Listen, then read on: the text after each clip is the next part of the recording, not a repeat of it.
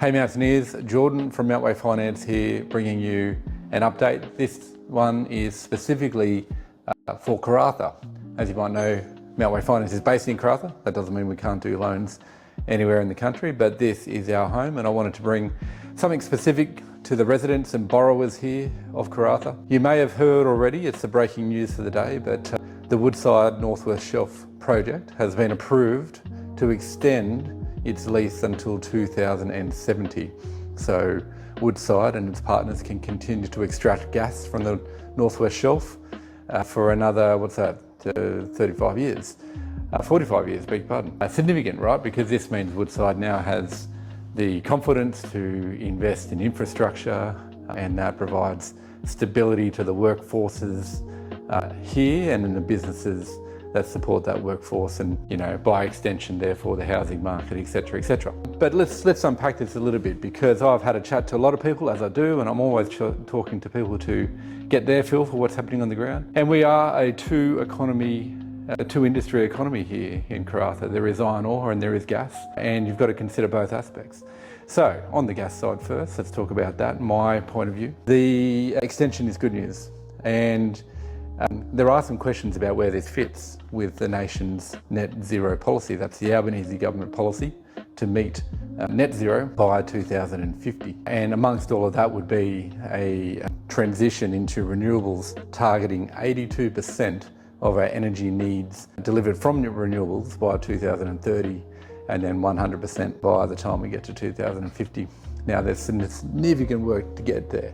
$20 billion needs to be invested in our grids in order to better handle the way renewable energy is carried in the network. Gas is seen as a transitional energy supply in the meantime, which means that as coal comes off, gas comes up, but eventually replaced by renewables.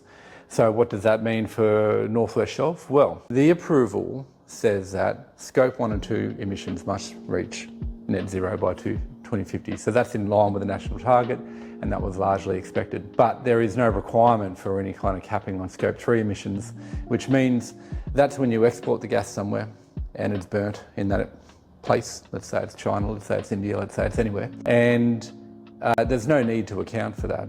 So essentially it just keeps the export market strong for this gas. And whether the movement around the world to net zero targets affects Woodside is really therefore based on the countries it exports to. So I would say that since Australia is looking to be exemplary in this area, then the status of Woodside and its supply to external markets is pretty strong for the foreseeable future, certainly longer than most people are their horizons are putting out there. This is a 45-year extension. So good news as far as anyone who's tapped into the gas market in Karratha. Iron ore, so what's happening there? Now, always a tricky one. We know from experience here that Rio Tinto can change tack very quickly. They have talked about bringing many new mines on, one per year for several years, I think was one quote stated at one of the chamber breakfasts at one point. And that's a lot of iron ore, and currently there is work going on to infrastructure. Parker Point is being upgraded in a major way. They're building a plant, the word escapes me for a minute, but it's a desalination plant, so that they can essentially continue to water down their ore and wash it without pulling from the natural environment, because that's becoming a limited resource. All of these things bode well for the future here. More capital outlay means more intent to operate these facilities, these ports, these trains for the near future. Will the trade war affect iron ore?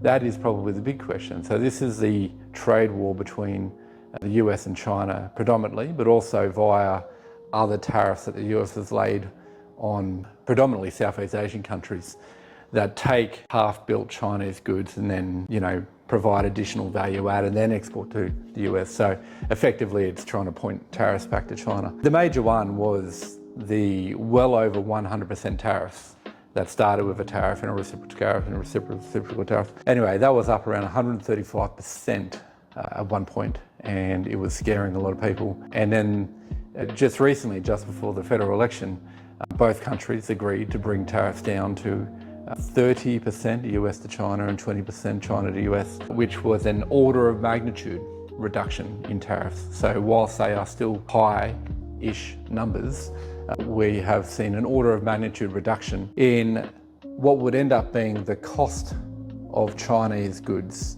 being sold in America.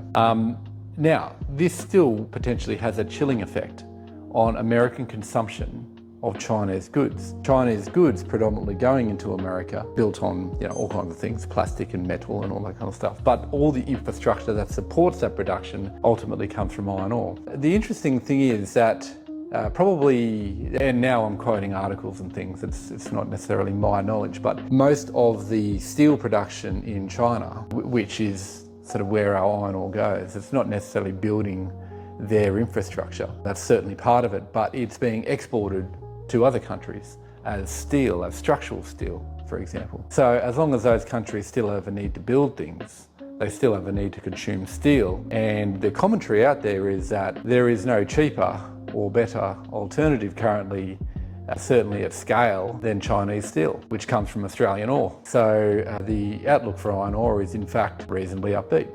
And that means that in Karratha, we have a little bit of potentially stability, which is good, which means we go about our merry business, we continue earning. Prices on houses shouldn't have any severe dips due to mass redundancies being issued by gas companies or iron ore companies.